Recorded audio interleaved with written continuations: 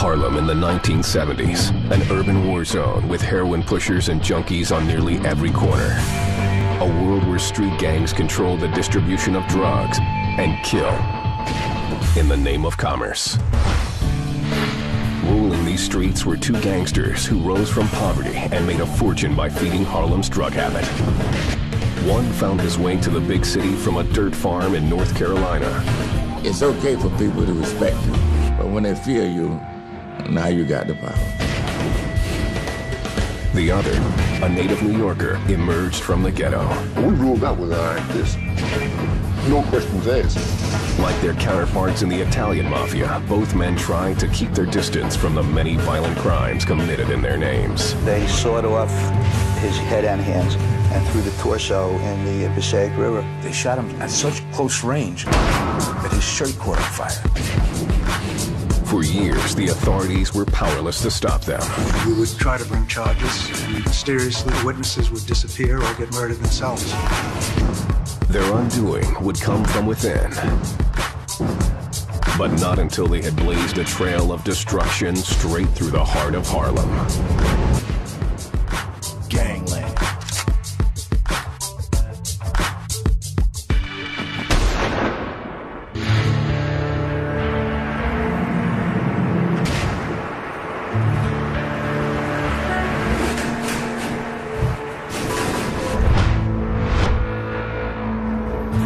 For a generation of kids growing up amid violence and heroin addiction, Harlem gangsters Frank Lucas and Nicky Barnes were their superstars. I didn't see anyone that made the American dream happen for them and their family through school.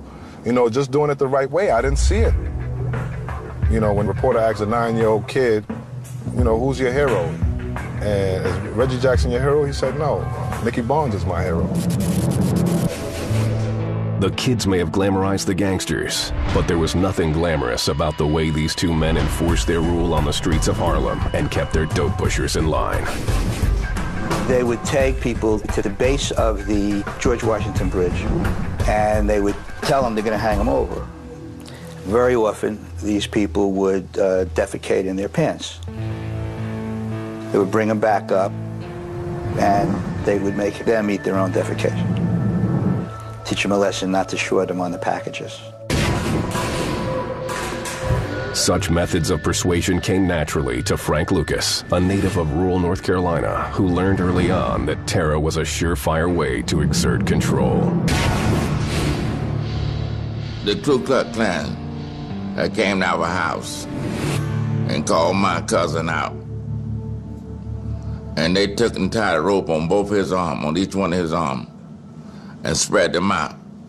The other guy with the free hand, he took a double-barrel shotgun and jammed it in his mouth. Knocked teeth, everything out of his mouth, and pulled the trigger simultaneously. The brutality affected Lucas profoundly. From that day on, I've been kind of like, hey, you know what? Anybody can die for no reason. So that's where I started.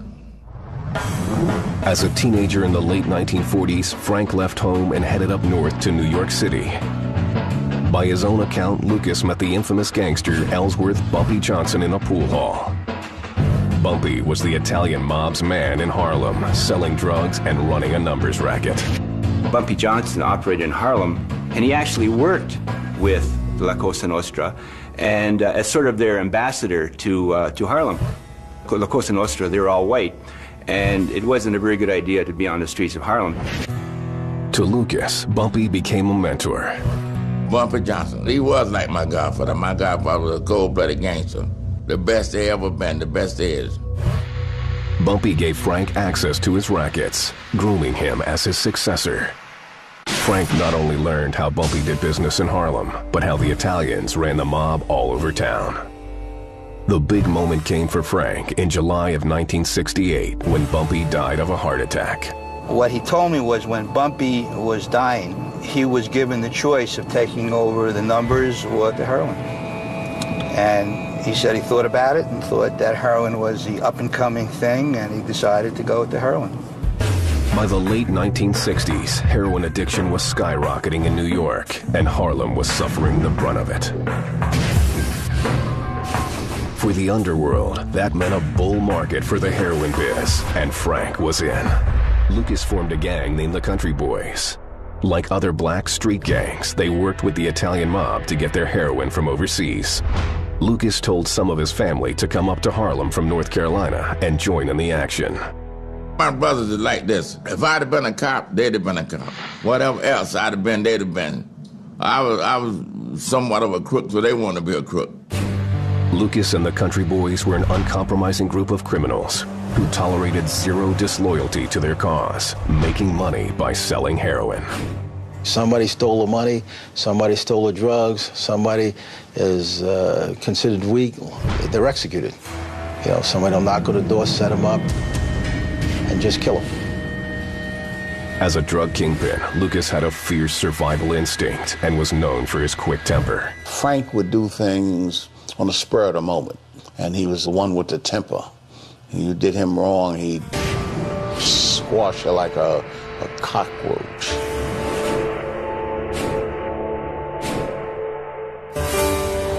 According to Strikeforce Detective Richie Roberts, the Country Boys carried out shocking acts of retribution on behalf of their boss, Frank Lucas. On one occasion, someone was murdered in the basement of one of the projects. They sawed off his head and hands and threw the torso in the Passaic River. I ran Harlem with iron fist. I told them what to do, where to go, who to talk to, and how to do it. One of Frank's associates was this man, Leslie Ike Atkinson. In the late 1960s, Ike was in the U.S. Army stationed in Thailand as part of the American war effort in Vietnam. Atkinson earned the nickname Sergeant Smack when he began smuggling heroin from the vast poppy fields of Thailand back to Frank and the Country Boys. The method was innovative, to say the least. Using connections on Army bases in Vietnam, Atkinson arranged to have the heroin placed secretly in the coffins of dead American GIs. A lot of the bodies came back to North Carolina. Camp Lejeune, the Marine Corps base, was there, Fort Bragg for the airborne. And some of the information I got, that there were people there, soldiers, who knew which body bags or which coffins had the dope in it. And they were also on the take, and they separated that and took it out.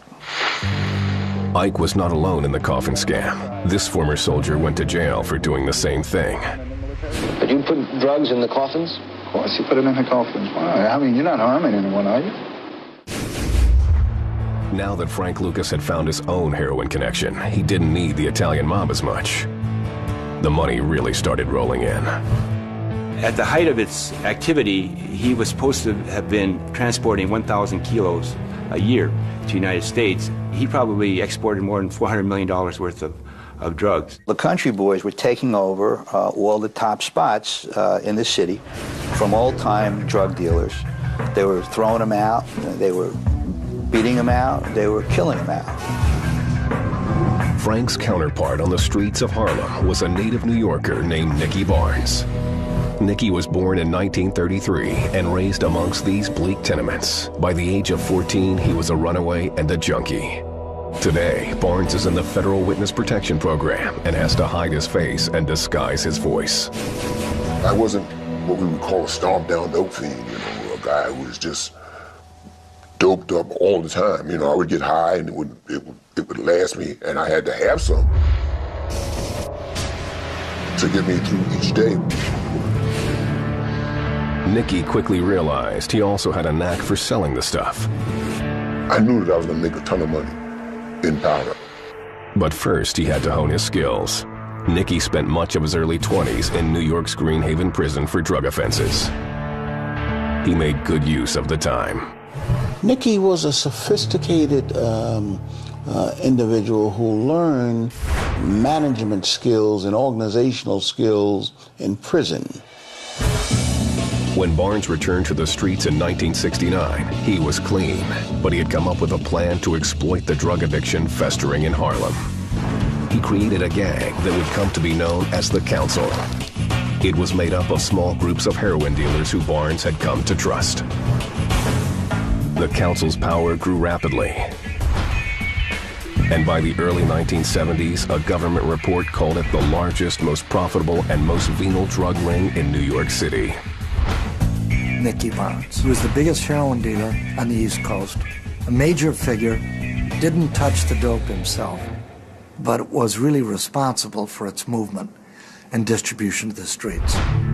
With enough business to go around, Barnes and Lucas respected each other's corners. Much like Lucas and his country boys, Nicky Barnes and the council had little tolerance for anything that got in the way of their profits. Insofar as the security of my area is concerned, if it was any kind of what we considered usurpation of what was commonly known as ours, that would be met with sufficient overwhelming force. Harlem, 1974. Council members go to the apartment of a junkie and small-time drug dealer. The man's sister had committed a cardinal sin. She stole $30,000 from the council's coffers. She took the money and she ran off, $30,000, and so it got out of hand. The council decided that if they couldn't find the sister or the money, the brother had to pay. He had a plastic bag on his head. Just trying to put pressure up on him to make him tell where the money is. When persuasion didn't work, the gang gutted him like a fish on the tenement floor. All because of his association with the violent underworld of drugs. Violence is the glue that keeps the organization going. And if you have an organization and you are not ready to employ violence, extreme violence, it means killing people, you might as well get out of town. As the body count grew, the gangs kept getting away with murder, while Barnes and Lucas raked in millions. All the while, out on the streets, the heroin was destroying Harlem. Nicky could see it as well as anyone. Harlem was something like war-torn Europe after the Second World War. There were so many vacant buildings, empty, vacant eyes, windows poked out like ghosts just looking out on a wasteland. Yet somehow, in the biggest city in the richest country on the planet, the authorities seem to have surrendered Harlem to the enemy.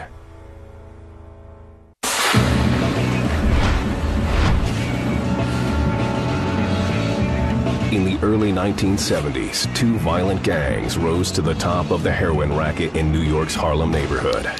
Nicky Barnes and his council, and Frank Lucas and his country boys. They were contemporaries and rivals, but stayed out of one another's way, each content with his share of a very profitable market. The cops, meantime, were overwhelmed. New York's murder rate was soaring, just as a financial crisis was forcing the city to lay off police officers. The streets were desolate. The people's hearts were desolate. There was nothing to do. Became easy to sell drugs. There were a lot of addicts in Harlem. Just blatantly, you would drive in the neighborhood and people would be nodding out from shooting up the heroin. This growing hunger for drugs was making a small group of gangsters rich beyond their wildest dreams. And the more money they made, the more they wanted. Even as Barnes and Lucas were ravaging Harlem, they became heroes on the neighborhood's sordid streets. Both from poor backgrounds, they were black men that had gone on to achieve the American dream of fabulous wealth. Residents like Anthony Gonzalez identified with their rise to power.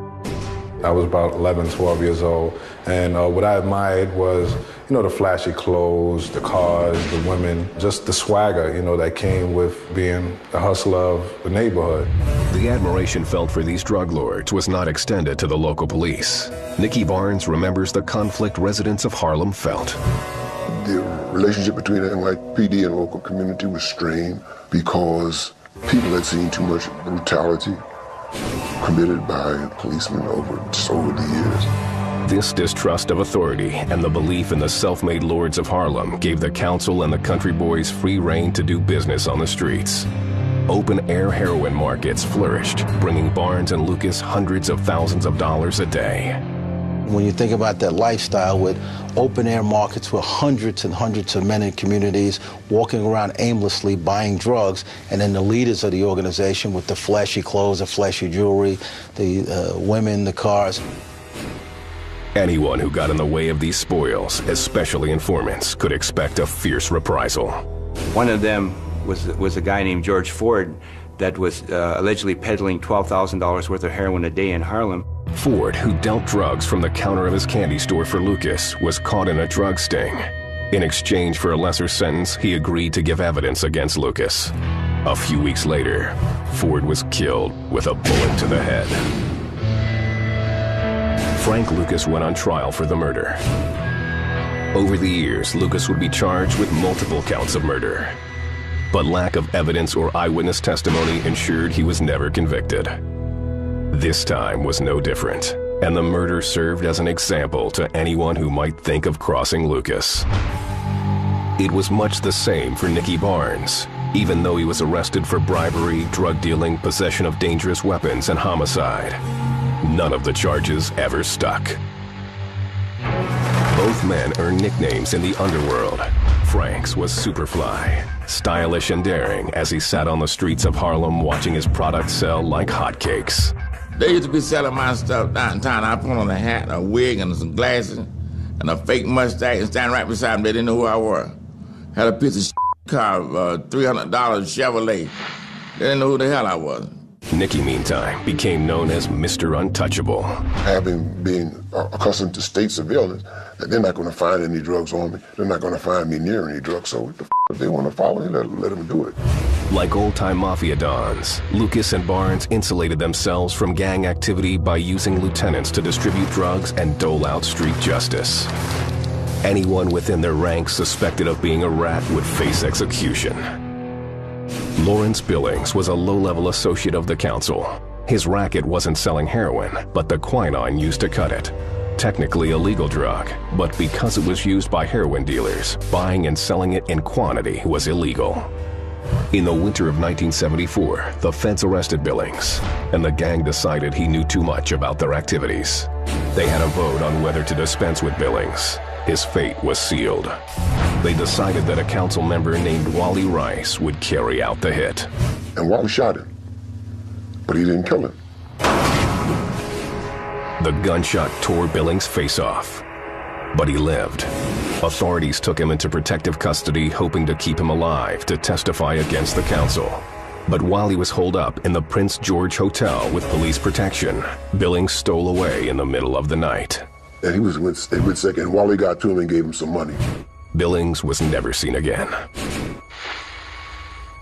In the early 1970s, just as the council and the country boys were making their mark on the streets of Harlem, the civil rights movement was taking a militant turn. Groups like the Black Panthers were at the heart of the new Black Power movement. Nicky Barnes and his council took their cues from these groups as they took over the distribution of heroin from old-time white gangsters in the Italian mob who had historically dealt heroin in Harlem. Black gangsters in Harlem were starting to demand more and more of the pie. So we're starting to see the emergence of the big bad gangsters. When these men spoke about them taking the streets back and dealing it to their own people, depends what aspect I look at it from. If I look at it from society, it's terrible. It's disgusting, you know. But when I look at it from their point of view, I can understand.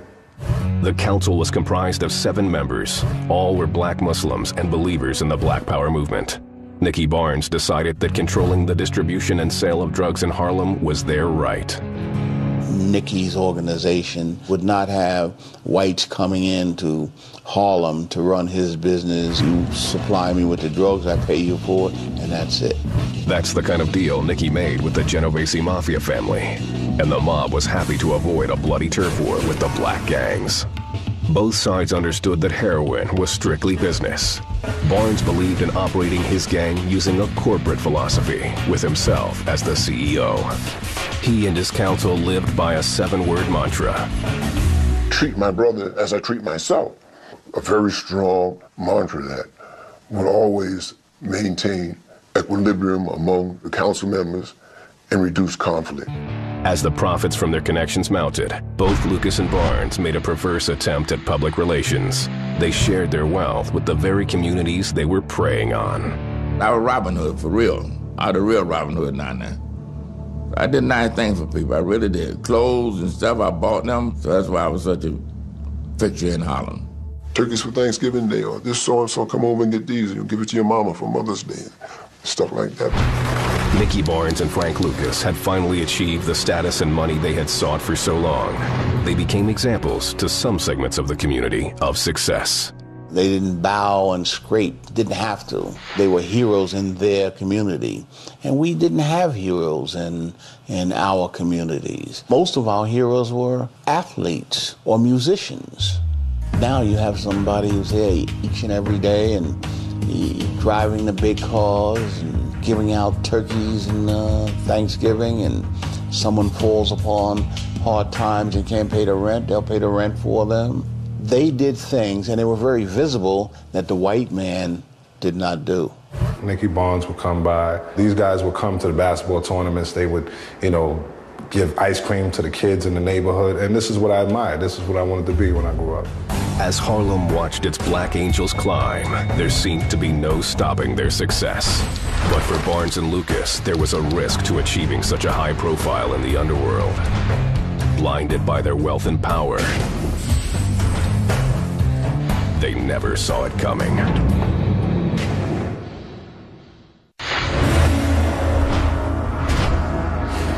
While Watergate was bringing down the Nixon presidency, and America was losing a war in Vietnam, Harlem was crumbling under the weight of gangs who were making millions selling drugs in the community. Frank Lucas remembers what life was like at the top.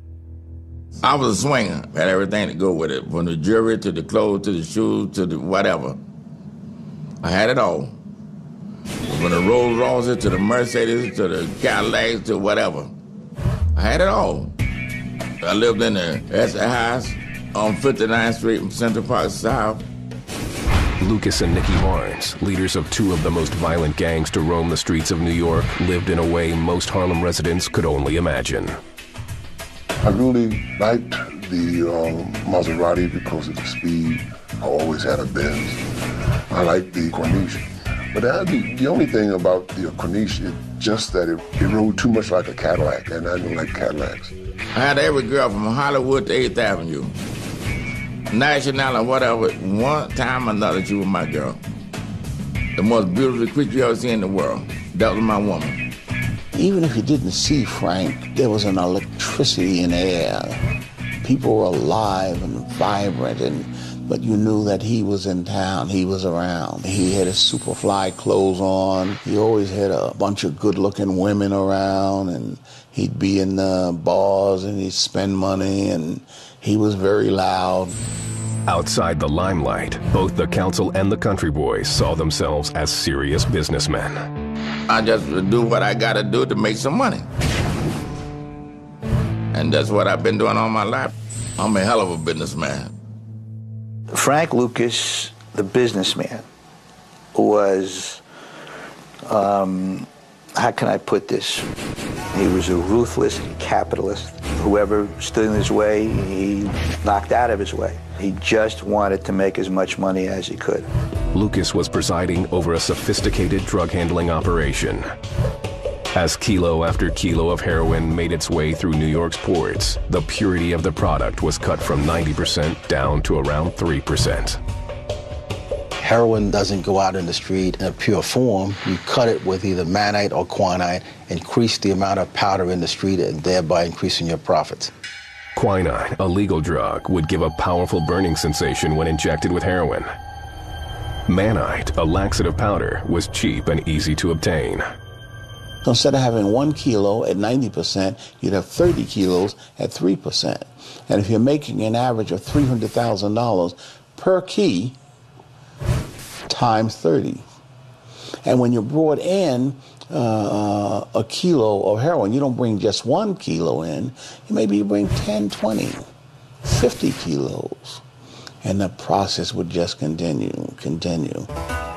Heroin mills, where the powder was cut and put in small plastic bags, looked like white powder production lines.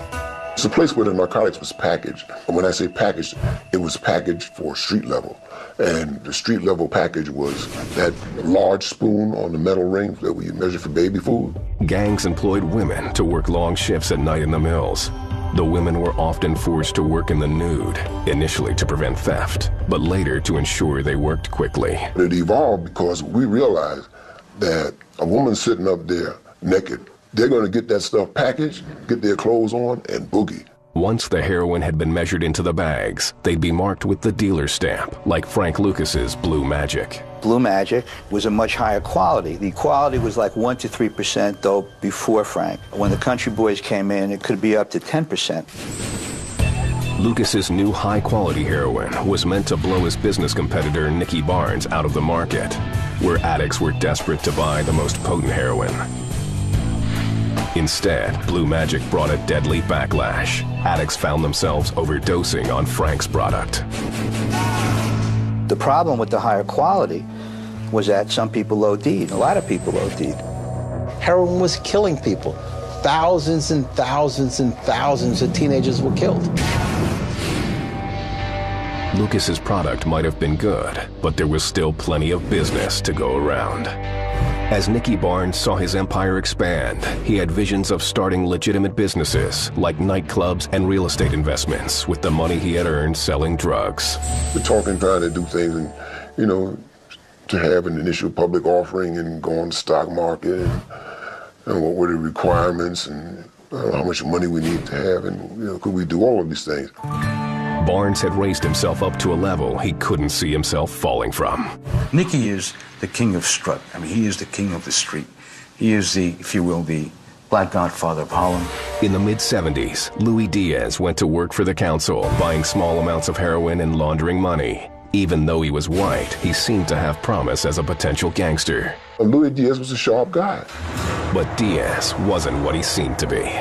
Louis Diaz is the one who ultimately set up how the operation was going to go that would enable them to snare me and pull down the council. Nicky Barnes and Frank Lucas had ruled Harlem like kings. But hidden forces were preparing to overthrow them. During the early 1970s, the heroin gangs of Harlem not only controlled the drug trade, they also had connections in the NYPD.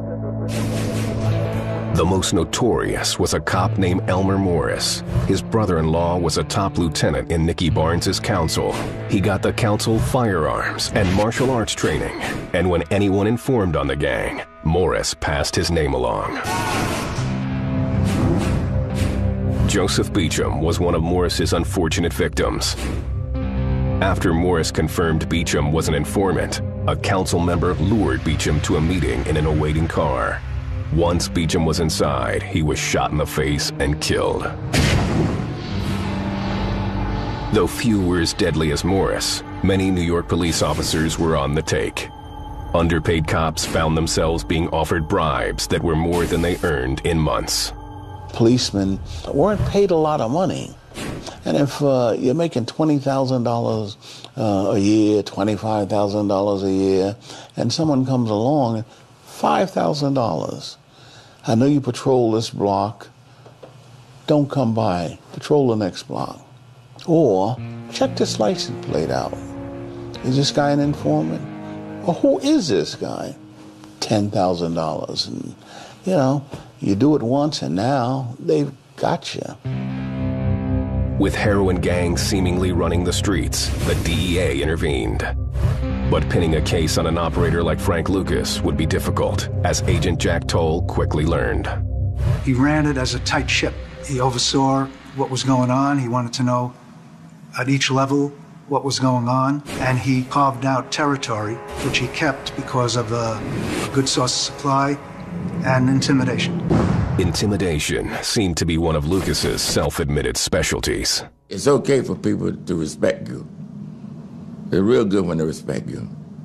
But when they fear you, now you got the power. Starting in the summer of 1974, a DEA team put Frank Lucas under constant surveillance. Their goal was to piece together enough witness testimony to prove that Lucas had been involved in a continuing criminal enterprise. Just over the border in Newark, New Jersey, where Frank Lucas was living at the time, Richie Roberts headed a strike force that was also watching Lucas. He was shocked by the gang's brutality. One of the MOs of the country boys in Newark was to take somebody up on the project roofs, usually their own people, who would short them on a package or steal some money, and throw them off the roof. After months of investigations, the DEA's case against Lucas stalled. Then, in autumn of 1974, a surprise witness came forward. It was none other than Lucas's accountant. This fellow was on parole and a former convict. They locked him up. He's facing a lot of time. I remember asking him to cooperate. And he thought about it. Didn't give me an answer right away. I eventually got a call, and he started telling us about what Frank was doing. As a result, Lucas was arrested for conspiracy to obtain and distribute large amounts of heroin. But by Christmas 1974, he was once again acquitted for lack of evidence. I have always said that if a guy is a bad guy and he beats you, he'll be back in the system. Frank was back in the system. In January of 1975, a strike force of DEA agents and New York police officers, acting on an informant's tip, surrounded Frank Lucas at his house in Teaneck, New Jersey. From what the agents have told me that were there, they surrounded the house, and once they went to the door, Frank's wife started throwing out bags of money. Which time they grabbed all the bags and brought them in and arrested Frank. All told, there was over $500,000 in small bills at the Lucas residence that evening. Lucas was arrested and put on trial for a series of new federal charges. One of a continuing criminal enterprise, of breaking the Racketeer-Influenced and Corrupt Organizations Act, and several other felonies that were now corroborated by eyewitness testimony. Once Lucas had been dispensed with, the DEA turned to the council and its leader, Nicky Barnes, Mr. Untouchable. Nicky was a guy would never talk on the phone. He would never handle a package. He would be nowhere around it. So if you made a case on Nicky, it had to be circumstantial evidence. A young agent from Brooklyn named Louis Diaz was hoping to change all that.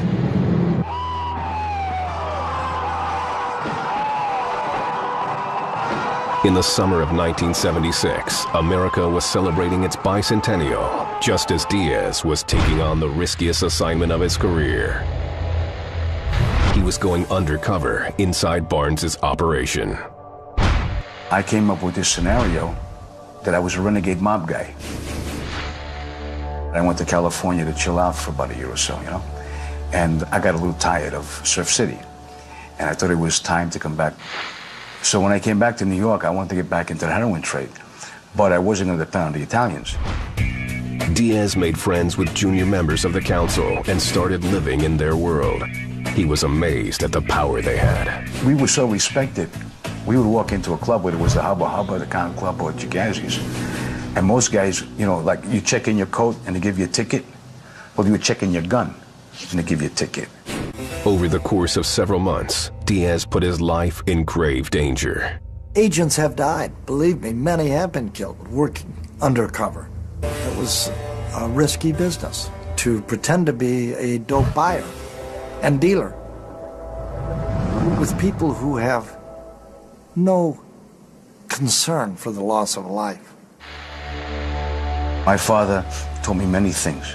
And one of the things that he told me as a kid was that never go into a fight thinking what the other guy is going to do to you. Never. Only what you're going to do to him. I never feared for my life. I never thought about it.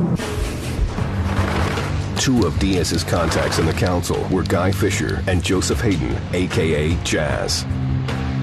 Both were vicious, and especially so when it came to killing a member of the mob who had gotten in their way. Guy Fisher and Joseph Hayden whacked a guy by the name of Carmen Puglisi. They shot him at such close range that his shirt caught on fire. Working carefully within the organization, Diaz formed a relationship with Jazz Hayden, who had no idea Diaz was a federal agent. Jazz is talking to me, telling me about him, praising him, and telling me how high up he is in organized crime. And as Jazz talked, Louis Diaz was wearing a wire. For 8 months, Diaz came to understand how the council functioned. In order to conduct that type of organization, you don't do it as an altar boy. There was a lot of murders and killings involved, and Nicky, to some degree, was part and parcel of those murders. And they were committed as a matter of doing business. In March of 1977, Nicky Barnes was driving through Harlem on what seemed to be an average day. I kept hearing these rotors going, and I looked up and there was a helicopter up there. The chopper dropped down a little bit lower. With the bull on, step out the car, and everybody turned their sirens on. Beep, beep, beep, beep, beep. There was a car in the block, and there was a whole lot of drama. And it was all over. Barnes was arrested, but instead of the New York Police Department, this time it was the feds. Frank Lucas and Nicky Barnes had lived the high life at a terrible cost to the people of Harlem. Now, the full force of the federal government, right up to the White House, was coming down on them. But no one was sure who would win. In January 1975, Frank Lucas, one of the most powerful drug lords in New York City, went on trial. Lucas was tried by the U.S. Attorney's Office in Manhattan and convicted of conspiracy to distribute narcotics. His sentence, 40 years in prison. Almost immediately, Lucas was then indicted by the state of New Jersey, where he lived. Former detective Richie Roberts was there for the trial. I had observed him before, but the first time I met him was at the trial. I was sitting at the table, and the courtroom was full of celebrities. And Frank came in with his lawyers and their paralegals and their secretaries like a rock star. In New Jersey, Lucas was convicted of conspiracy and given a 30-year sentence for a total of 70 years behind bars. Lucas was 44 at the time. When we arrest somebody, and if they were in their early 20s or early 30s, you know, they had that cockiness and swagger, I'll do my jail time. But then when you arrest them and they're in their 40s and early 50s, nobody wants to go to jail. The gangster who had once prided himself on killing anyone who turned against him now decided to flip. Lucas cut a deal with the U.S. Attorney to have his sentence reduced, providing information that would assist in the arrest of almost 100 gangsters. In an unrelated case, Lucas's rival Nicky Barnes was about to go down too. In March of 1977, after an 8-month investigation, DEA agent Louis Diaz had gathered the evidence needed to indict Barnes for running a continuing criminal enterprise. The charge carried a life sentence. As Barnes' lawyers prepared his case to go to trial, he was approached by the New York Times Magazine for a story, complete with a front cover photo. That's New York Times doing the photos for the New York Times. So what they did was they went back and they got a bunch of mugshots. The New York Times did this. And they put 4 of them together and they said, here's the deal. Either you give us a reasonably pleasant picture to go on the cover, or we're gonna put these 4 mugshots on there. That's how it happened. So I said, okay. Nicky picked a red, white, and blue tie to show himself as an all-American businessman. That New York Times Sunday article appeared in July, and I still remember the headline on the caption, Nicky Barnes. The police say he's Harlem's biggest drug dealer, but can they prove it? The photo made the new president, Jimmy Carter, livid. President Carter called the Attorney General, who was at that time Griffin Bell, who then contacted the head of DEA and the U.S. Attorney, and then basically said, I hope we have a good, strong case against these guys, because this is the most important case in the United States of America. But even Louis Diaz wondered if Mr. Untouchable would go down. He'd already been tried and acquitted on various charges, including murder, a total of 13 times. You just hope that you got the right fruit in that basket, and look at the jury you're going to eat from it.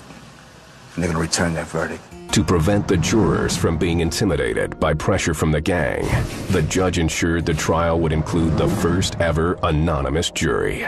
The judge mandated that no one was to know the addresses or the names of these people on the jury, because Nicky was good at getting to the people. On January 19th, 1978, the jury reached its verdict. When it was read guilty, there was a gasp in the courtroom. That was a shock to many of the people in Harlem, because they didn't think this person was touchable. But he did get touched, and he did get put down. It turns out what we brought to the table was enough to convict Nicky on most of the counts that were brought against him. He was convicted of a continuing criminal enterprise, which carries a life sentence.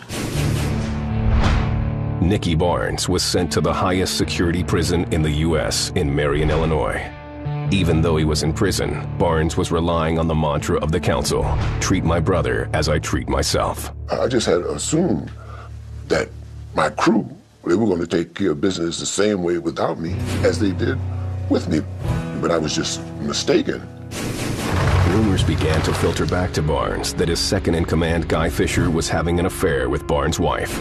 For Barnes, this was an unforgivable violation of his code of honor. It was enough to make him turn on his fellow gangsters. It would be his last act of revenge against those who betrayed him.